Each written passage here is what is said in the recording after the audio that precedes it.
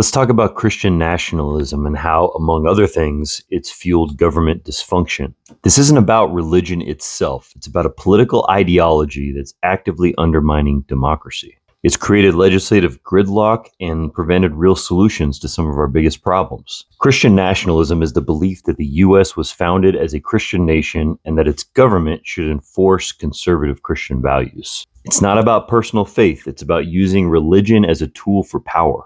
And when this ideology takes over government, it leads to policies that reject pluralism, demonizes opponents, and disrupts how our institutions function. Christian nationalists claim that the founding fathers wanted a government based on biblical law, but this is just not true. What they did believe in was natural law, which is very different. Natural law is the idea that human rights and morality come from reason and universal principles, not religious doctrine. But those universal principles can come from God.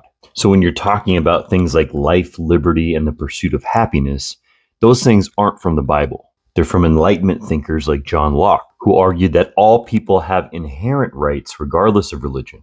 Now, again, the principles of life and liberty can come from God, but these aren't biblical directives. These are just overarching principles. Our founders like Jefferson, Madison, and Adams were deeply influenced by Enlightenment thinkers. That's why they created a secular constitution that doesn't mention Christianity at all. And even in the Declaration of Independence, Ben Franklin and Thomas Jefferson argued whether God should be included or not, which is very far from basing the thing on Christianity. In contrast, Christian nationalism argues that our rights come specifically from their interpretation of Christianity. That's why they push for laws that enforce religious beliefs, like banning abortion and anti-LGBT laws, and even push to make school prayer mandatory. This is a direct contradiction to what the founders said, and really not from the Bible either. Render unto Caesar what is Caesar's. John Adams even signed the Treaty of Tripoli in 1797, which stated, quote, "The government of the United States is not in any sense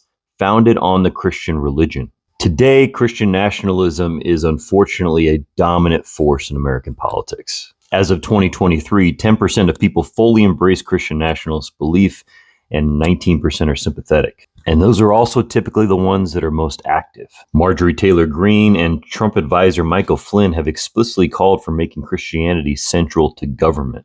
It's also eroding our secular institutions. The 2022 Dobbs decision was heavily influenced by conservative Christian beliefs. And because this is fundamentalist in nature, it makes compromise nearly impossible. Under the Biden administration, Republicans refused to even do military spending over things like LGBT rights, book bans, and DEI attacks, all driven by religious conservatives. Instead of helping Biden do things like build roads, they were arguing over what was in the Pledge of Allegiance. But Christian nationalism isn't just about policy, it's about power.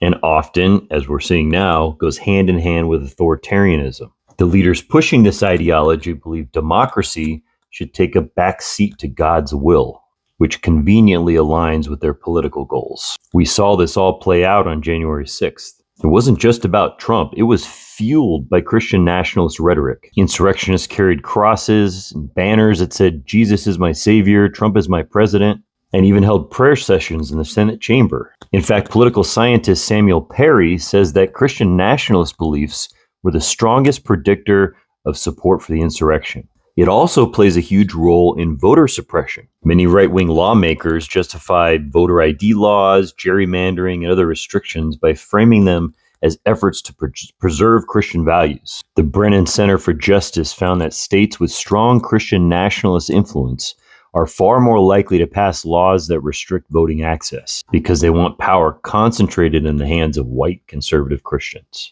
And now we're seeing the result of what happens when Christian nationalism goes unchecked. Historically, when religion and government merge, you get authoritarianism, you don't get democracy. If we want a functional government again, we have to protect the separation between church and state. The founders knew this and built our entire system of government around it.